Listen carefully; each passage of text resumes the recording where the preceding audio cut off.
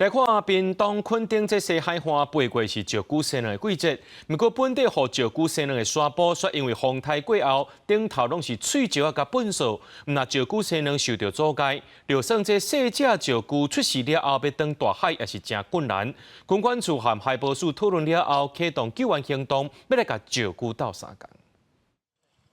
大人囡仔摕手电，半暝伫河边斟酌悄吹。较人讲，敢有细只海龟受困。10月初，风台3度2侵袭台湾，造成屏东垦丁的西海岸原本真白的海沙坡，即马套一大堆，互大影拍起伫海岸的双路打含有诶无诶。即马这大石变做阻碍细只海龟登去大海的路。他们可以碰到水，到他们孵化的地方大约有50到60公尺，有一半的路程呢都已经被那个珊瑚石给覆盖。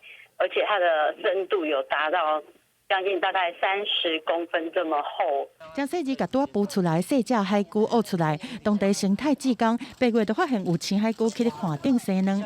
最近当时海龟孵化登去大海的重要时刻，但是风台造成这双路大石，毋但是关街边，还有真侪旁。垦管处和志工16发现有真侪细只海龟受困。